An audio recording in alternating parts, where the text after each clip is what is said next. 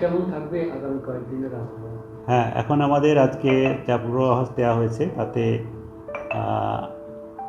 উত্তরবঙ্গের ক্ষেত্রে আগামী 24 ঘন্টার মধ্যে ভারী থেকে অতি ভারী বৃষ্টিপাত 7 থেকে 20 সেন্টিমিটার পর্যন্ত কিছু কিছু জায়গায় হওয়ার সম্ভাবনা রয়েছে, মূলত আমাদের জলপাইগুড়ি, আলিপুরদুয়ার, কোচবিহার জেলার মধ্যে। আর কালিম্পং, দার্জিলিং, উত্তর দক্ষিণ দিনাজপুর, মালদা জেলাতেও এক দু জায়গা করে ভারী বৃষ্টিপাতের সম্ভাবনা রয়েছে।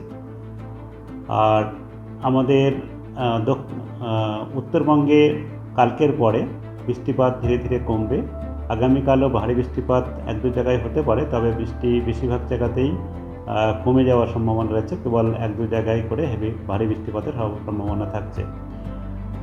আর তারপরেও তাই, তারপরে আপনার 7-8 তারিখেও এক দু জায়গায় হতে পারে।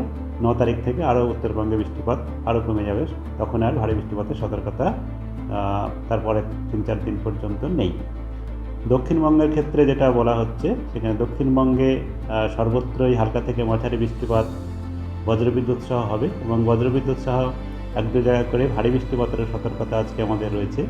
বাঁকুড়া, বীরভূম, পূর্ব পশ্চিম বর্ধমান, নদিয়া, উত্তর চব্বিশ পরগনা, হুগলি, হাওড়া এই জেলাগুলিতে সতর্কতা দেওয়া হয়েছে। তাছাড়াও এবং বাকি যেসব জেলাগুলোতে রয়েছে সেখানে বজ্রবিদ্যুৎ সহ বৃষ্টিপাতের সঙ্গে সঙ্গে এক দু জায়গায় স্থানীয়ভাবে বজ্রগর্ভ মেঘ সঞ্চার হয়ে বেশি বৃষ্টিপাত হয়ে যেতে পারে।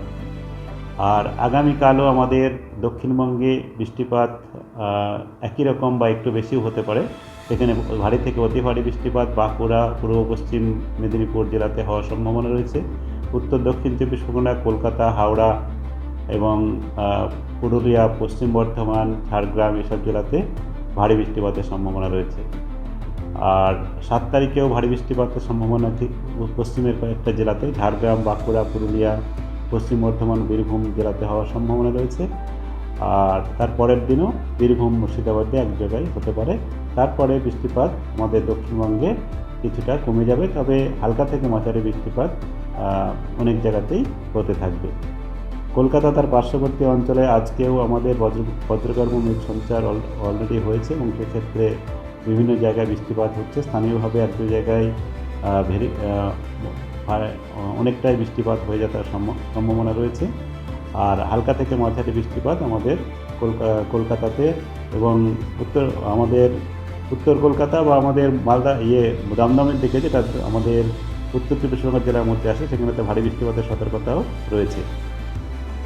আর আগামীকালও আমাদের কলকাতাতে কয়েক পশলা হালকা থেকে মাঝারি বৃষ্টিপাতের সাথে সাথে 24 ঘন্টায় ভারী বৃষ্টিপাত হয়ে যেতে পারে।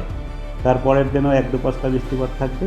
9 তারিখ থেকে বৃষ্টিপাত হবে, তবে হালকা বৃষ্টিপাত হওয়ার সম্ভাবনা বেশি থাকছে। এই হচ্ছে এখনকার আমাদের পূর্বাভাস।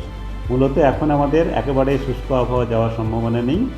আগামী 3-4 দিন পর্যন্ত ভারী বৃষ্টিপাতের সতর্কতা রয়েছে, তারপরে ভারী বৃষ্টিপাতের সতর্কতা নেই, তবে হালকা থেকে মাঝারি বৃষ্টিপাত কন্টিনিউ করবে। এই মুহূর্তে সিস্টেম